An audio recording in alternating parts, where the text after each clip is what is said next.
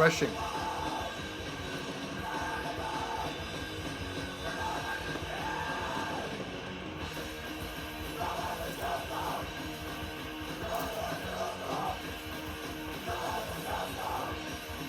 Volume down.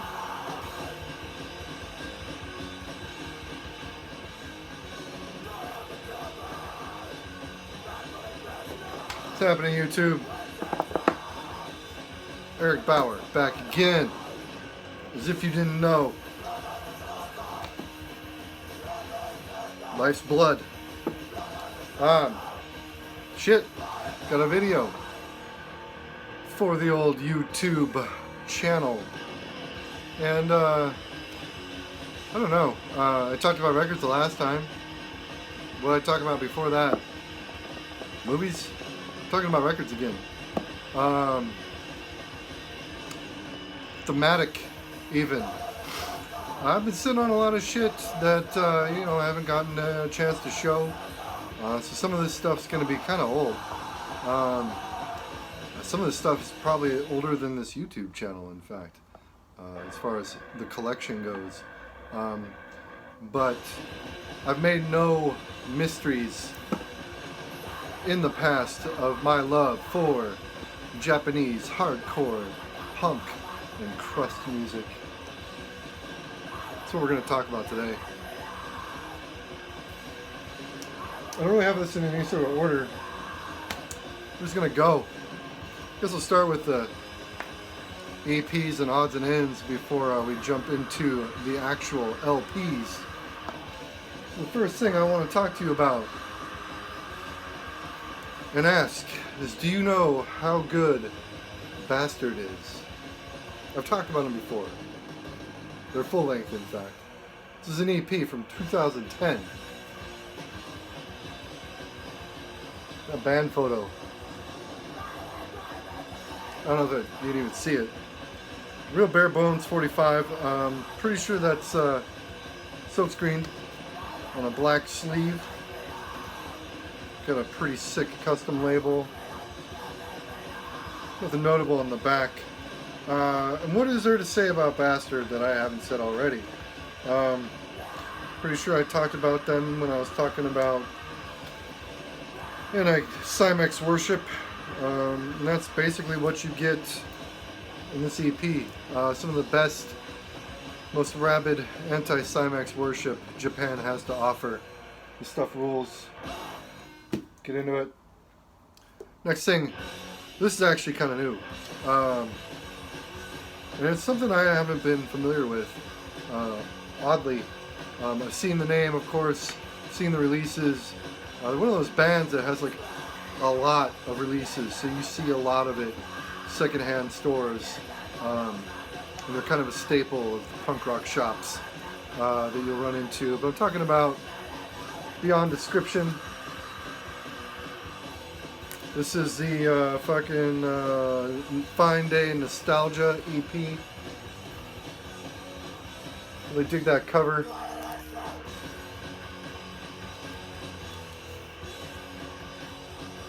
The back.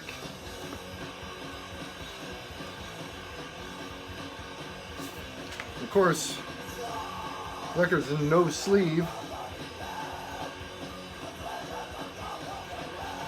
And we've got a big ass fold out.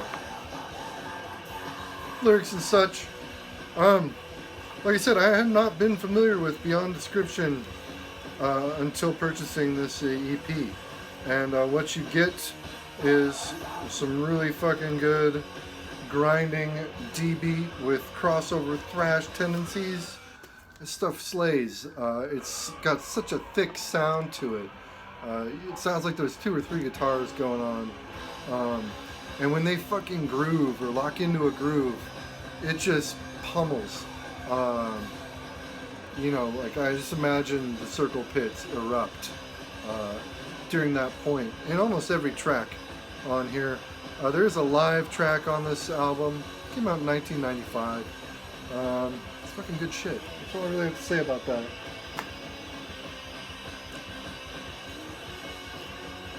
This is an old one. one's been in my collection for a long ass fucking time. This is Raise Cain with their bootleg EP. Despite the name, this is actually not a bootleg. It came out on Sound Pollution. When I first purchased this, I purchased it because it was on Sound Pollution. I'll tell you why here. Came with a Sound Pollution catalog, because you had bands like Destroy, Hell Nation, Ass Suck, Hiatus, fucking Freeway Cum, all on Sound Pollution Records. So that's what I based my decision on purchasing this fucking record on. Dig the labels. Real basic. Looks like a bootleg. Full out. What do you get with Raise Cain's bootleg EP? It is some excellent, raging, burning spirits hardcore. This shit borders on wank some of the time, so they're not afraid of embracing their metal tendencies. You know, a la Gizm, fucking gas stunk type shit. Raw but melodic, really well played. This shit fucking rules. Can't recommend it enough.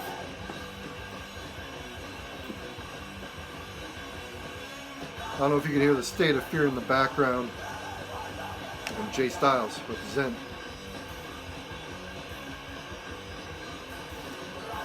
This looks good. I haven't had this before.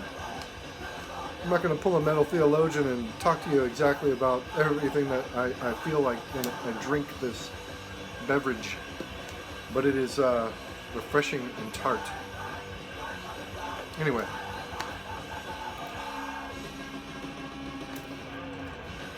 Next thing to show is actually kind of a new arrival. And I'm fucking super stoked on having this. Talking about Ghoul with their fucking Jerusalem EP. This album or EP fucking smokes. Ghoul released 2 fucking notorious EPs. This being one, and the other one being one titled Carry On Fucking. And they both fucking just smoke.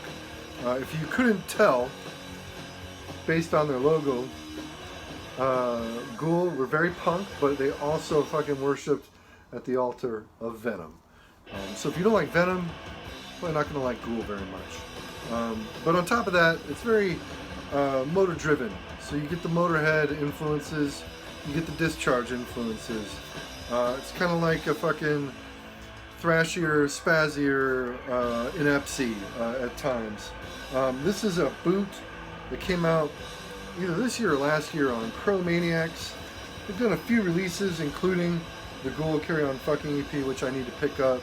And they do great work. They've released some Crow, given the name Chromaniacs, that should be obvious. Postcard included. And then, of course, replica of the Ghoul shirt catalog. Invoice right there. It's a pretty nice touch. And a really cool Ghoul sticker. And then, of course, you've got the Ghoul custom label. Black vinyl. I'm not going to pull that out. Have I explained enough about this band and why they're awesome? This kind of shit is kind of directly responsible for influencing stuff like Gates from Japan, Tiger Army to a degree. You hear that sound in this. It's very raw, it's very stripped down, it's very rock and roll. It's very Venom, but I fucking love this shit. It's really good, really fucking good. And I can't recommend this enough.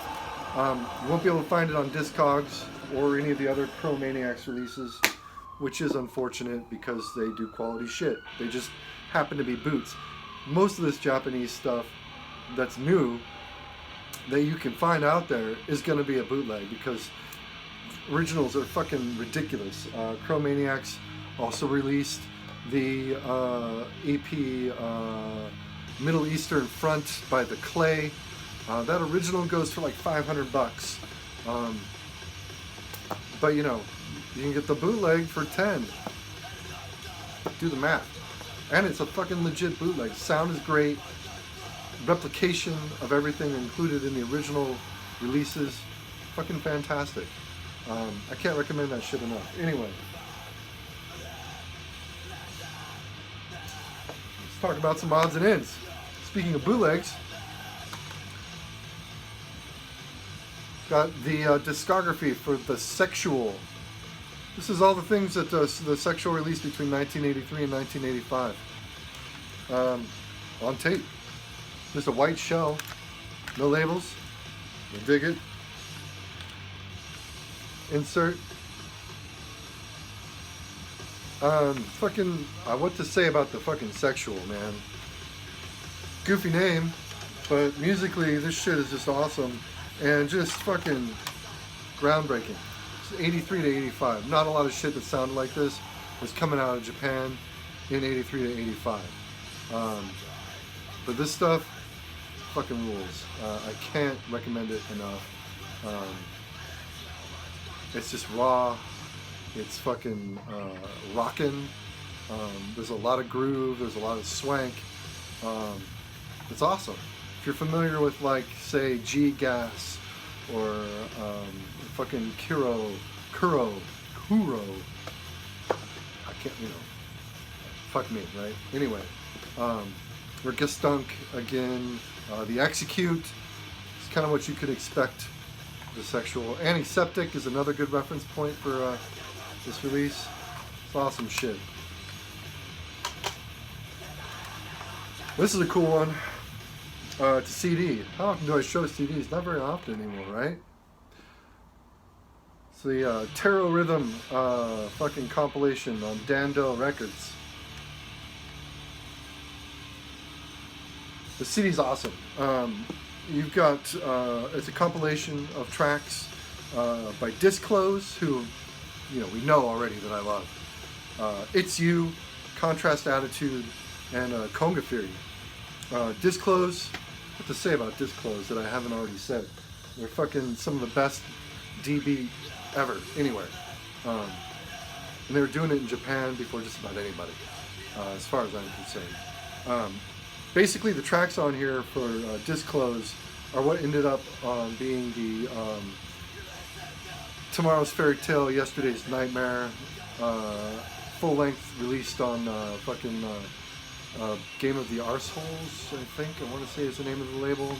And then later released on La Via SN Moves, assuming I'm pronouncing that right. Fucking great shit.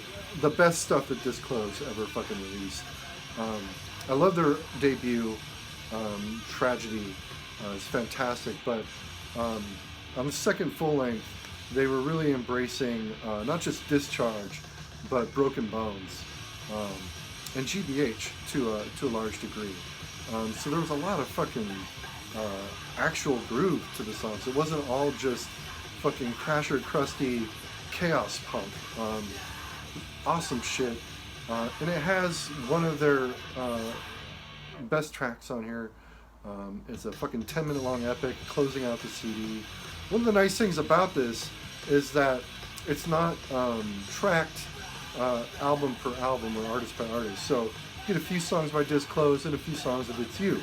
It's You, very Japanese, very loud, very noisy, fucking punk rock. Then you get a couple Contrast Attitude tracks. Contrast Attitude, very crasher, crusty, fucking mangle, raw punk, man, just good shit.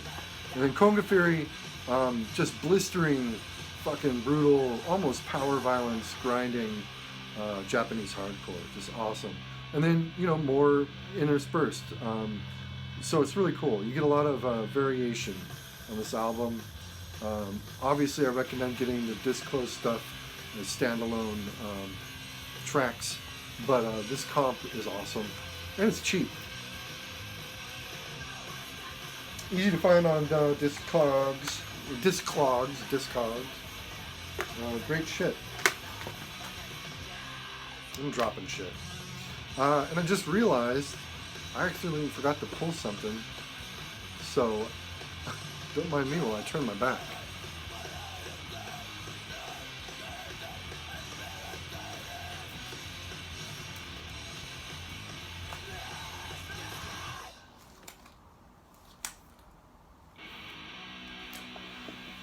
Not that shelf.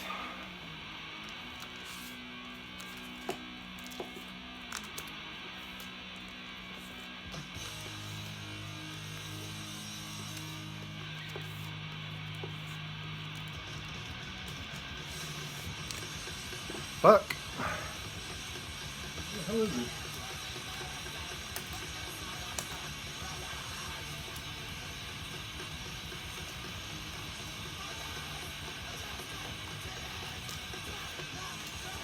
Got it. Seriously. Apologies. But thanks for bearing with me. I appreciate it. Just for that, let's have another toast. Cheers. It's actually hot as fuck in Seattle, where I'm at. Hence the redness and probably the sweat, but you know, gotta rep the fucking Death Wish coffee. So what are we gonna start with here? LPs. Tetsuo Rei. This album rules. This is fucking fantastic stuff. Tetsuo Rei's second album, as indicated by the OBI card here. Beautiful artwork on this record. Awesome gatefold. Also has one of the best band photos I've ever seen.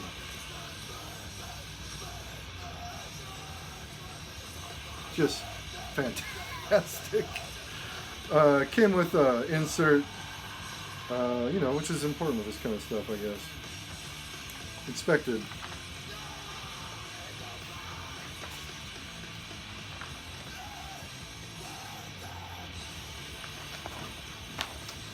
And then lyrics, just fantastic. Burning Spirits hardcore. This stuff rages. It's just pummeling, driving, D-beat, Burning Spirits. Fucking, that's the best way to describe it. I mean, Tetsuo Rei, for lack of, you know, anything else, I actually came up with the term Burning Spirits. It's, right there, Burning Spirits, track number 2. This stuff is awesome. It rages. It fucking grooves. It's burly punk rock. Really motor driven to some degree. And just a fantastic LP. I can't recommend Tetsuo Rei. You're not going to go wrong with anything by Tetsuo Rei. Just awesome, awesome stuff. Next thing I'm going to show you is the one that I fucking forgot to pull. So fuck me, right? And I'm talking about GZ. This is the only full-length released by GZ. And this shit is so good. Like a lot of the other stuff I've shown, it is very motor driven. So you're going to hear a lot of Motorhead. You're going to hear a lot of Discharge. Really, really thick sounding fucking punk rock.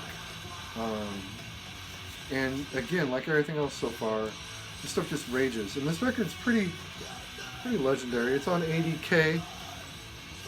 Always dig their labels. Not a very common record. You'll look out every once in a while and find it on Discogs, or through a distro if you know where to look. But you know, it's an influential enough album that I can't read this because it's all in kanji. But it's all written by fucking Tam, or I'm sorry, not Tam, Hobby from Crust, which is a legendary label out of Japan that put out a lot of fucking D-beat and fucking Crasher Crusty type stuff like Gloom.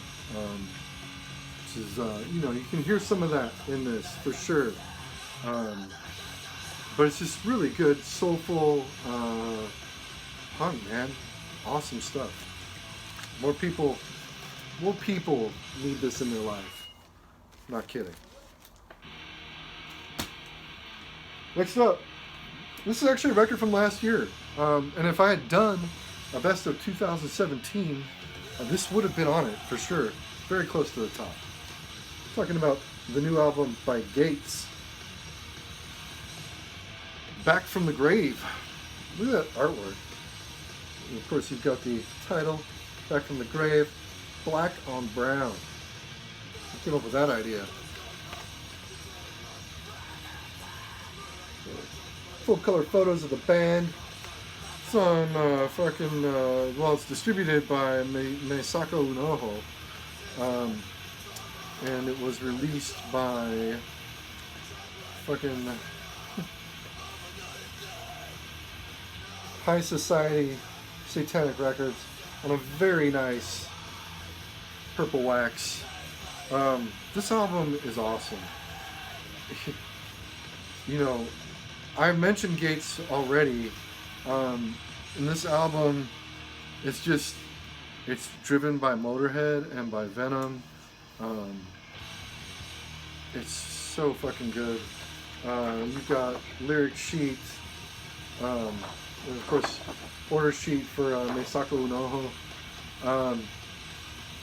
There's not much I can say about this. If you like shit like Abigail or fucking Sabbath or Barbados or Tiger Junkies, this is gonna be in your wheelhouse.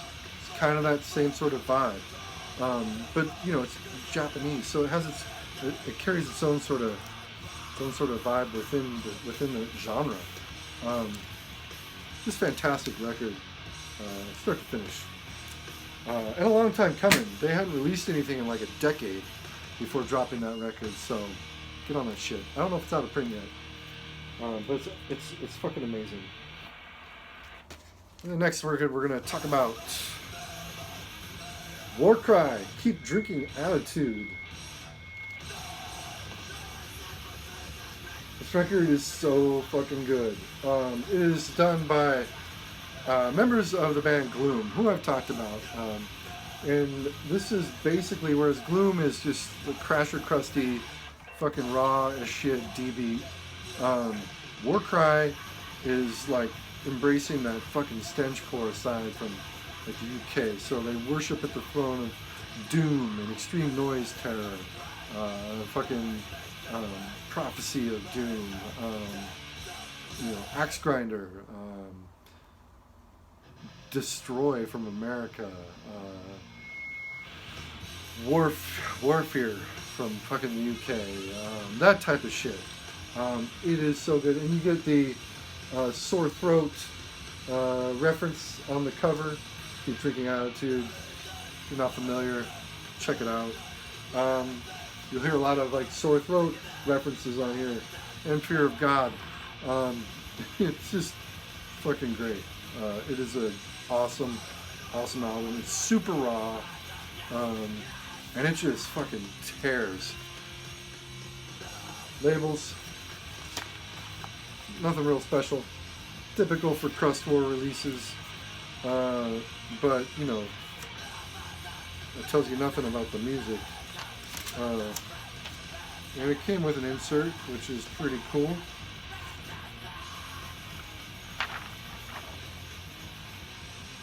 Again, a lot of kanji. You can't read it. You're not going to get much out of this insert other than like, I don't know, a cool layout, I guess. Either way, not to be confused with the American Warcry featuring members of Tragedy and His Hero Is Gone. This stuff is just awesome. Just savage. Came out in 1992 originally. I want to say this release dropped in 2008, maybe 2009. Just fucking awesome, raw shit. Again, can't give it enough praise. The last thing I'm going to show you today is another boot. But, I mean, what do you expect? Talking about SDS. Legendary Japanese fucking punk band. The Societic Death System. And if you can't tell, and you're unfamiliar, SDS clearly worshipped at the altar of anti-sect out of the UK, to the point where they literally stole the font, the border, the dove, with all the shit going on inside of it. Translated poorly to the futures stay in the darkness fog. What does that mean? I don't know. But the futures stay in the darkness fog was originally the material that SDS put on their side of their split with Misery from the US, which came out in '92. It's legendary. It's actually one of the releases that I would consider one of the most important crust releases ever. To be totally honest, I can nail it down to 5, and that's one of them. It's just fantastic. That's the side A on here. All good, great tracks. You're gonna hear a lot of similarities to Amoebics, Axe Grinder, Sacrilege, UK, and of course Anti-Sect, but not Anti-Sect's full length. Their Out of the Void EP, where they basically changed their sound entirely from like UK anarcho-punk a la Crass or fucking Icons of Filth to a more metallic sound, more akin to Amoebics' Arise. It's great shit. And then the B-side includes the material on an unreleased album that was supposed to follow the Misery split in 1992. And that material is fucking excellent as well. This was released by Charged Recordings. Nothing fancy to the labels, but pull the wax out anyway, so why not show it? No insert included. Oh wait, no, there is an insert. What am I talking about? Get the SDS logo there. Lyrics. These guys were so obsessed with Anti-Sect that they kind of referred to themselves as a collective of Ghost of Anti-Sect. Just great stuff. And this is an awesome duplication of the original. I don't want to say their side of the insert for the Misery split. If I'm mistaken, let me know. I'd love to grab a copy of that, but it's hard to find. And it's hard to find for a decent price these days anyway. At any rate, that is the last thing I've got to show and talk about. So, on that note, I want to thank you for watching YouTube and for subscribing. Keep subscribing. If you're not subscribing, you watch these regularly, fucking hit the button, subscribe. Why? I'm going to do a contest, and it's going to involve both the channel and my Instagram. So I'll link that shit down below at the end of this video. I thought about doing it when I hit 1,500, but you know what? I'm gonna be fucking, what's the word? I'm gonna be lame and go for 1666. Because why the fuck not? Once I hit that number, it's gonna be a cool fucking contest. There's gonna be a fair amount of prizes, some packages that are gonna be dope. Don't hold it against me that I just said something was gonna be dope, but it is. Anyway, on that note, I'm gonna go make some fucking dinner. Peace out, YouTube. Keep it real.